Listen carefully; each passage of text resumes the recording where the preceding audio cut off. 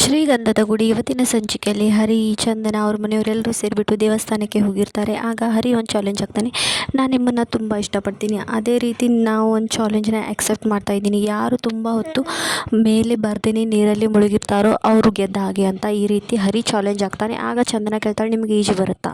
ಓಹೋ, ನನಗೆ ಬರಲಿರೋದು ಏನಿದೆ ಅಂತ ಹರಿ ಸ್ವಲ್ಪ ಬಿಲ್ಡಪ್ ಕೊಟ್ಕೊಳ್ತಾನೆ. ಅದೇ ರೀತಿ ಅವನು ಹೋಗ್ಬಿಟ್ಟು ನೀರಲ್ಲಿ ಮುನುಗ್ತಾನೆ. ಮುನುಗಿ ಎದ್ದು ಈ ರೀತಿ ಮಾಡ್ತಾನೆ. ಆನಂತರ ಕೊನೆಗೆ ಏನಾಗುತ್ತೆ ಅಂತ ಅಂದರೆ ಅವನಿಗೆ ನಿಜ ಹೇಳಬೇಕಂದ್ರೆ ಅವನಿಗೆ ಈಜು ಬರ್ತಿರಲಿಲ್ಲ. ಅದೇ ರೀತಿ ಅದು ನೀರು ಸ್ವಲ್ಪ ಜಾಸ್ತಿ ಆದ ತಕ್ಷಣ ಅವನು ನೀರಲ್ಲಿ ಬೀಳ್ತಾ ಸ್ವಲ್ಪ ಮುಂದೆ ಹೋಗ್ತಾನೆ. ಕಾಪಾಡಿ ಅಂತ ಹೇಳ್ಬಿಟ್ಟು ಮುಂದೆ ಹೋಗ್ತಾನೆ. ಆನಂತರ ಚಂದನ ಅವನನ್ನು ಹೋಗಿ ಸೇಫ್ ಮಾಡಿ ಕರ್ಕೊಂಡು ಬರ್ತಾಳೆ. ಕರ್ಕೊಂಡು ಬಂದ ತಕ್ಷಣ ಅವನಿಗೆ ಪ್ರಜ್ಞೆ ಇಲ್ಲದೆ ಇರೋ ಥರ ಅವನು ಹರಿ ನಾಟಕ ಮಾಡ್ತಿರ್ತಾನೆ. ಈ ವಿಷಯ ಗೊತ್ತಿಲ್ಲ ಚಂದನ, ಅಯ್ಯೋ ಇವ್ರಿಗೆ ಅರ್ಜೆಂಟಾಗಿ CPR ಮಾಡಬೇಕು ಅಂತ ಹೇಳ್ಬಿಟ್ಟು ಅವ್ರ ಲಿಪ್ಸ್ಗೆ ಕನೆಕ್ಟ್ ಮಾಡಿಬಿಟ್ಟು ಆ ರೀತಿ ನೀರು ತೆಗಿಬೇಕು ಅಂತ ಆ ರೀತಿ ಮಾಡ್ತಿರ್ತಾಳೆ.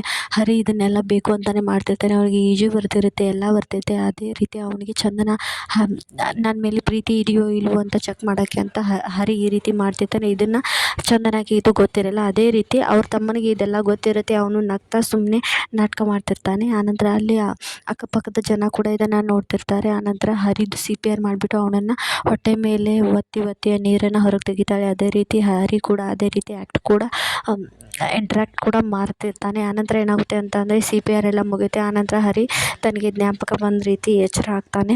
ನಿಮಗೇನಾಗಿಲ್ಲ ತಾನೇ, ಹುಷಾರಾಗಿದ್ದೀರಾ ತಾನೇ ಅಂತ ಚಂದನ ಕೇಳ್ತಾನೆ. ಹಾಂ, ನಾನು ಹುಷಾರಾಗಿದ್ದೀನಿ ಅಂತ ಹೇಳ್ತಾನೆ. ಹಾಗೆ ಅಕ್ಕಪಕ್ಕದಲ್ಲಿರೋ ಜನ ಗಂಡನ ಮೇಲೆ ಎಷ್ಟು ಪ್ರೀತಿ ಇದ್ದಾಳೆ ಅಂತ ಅಂತಾರೆ.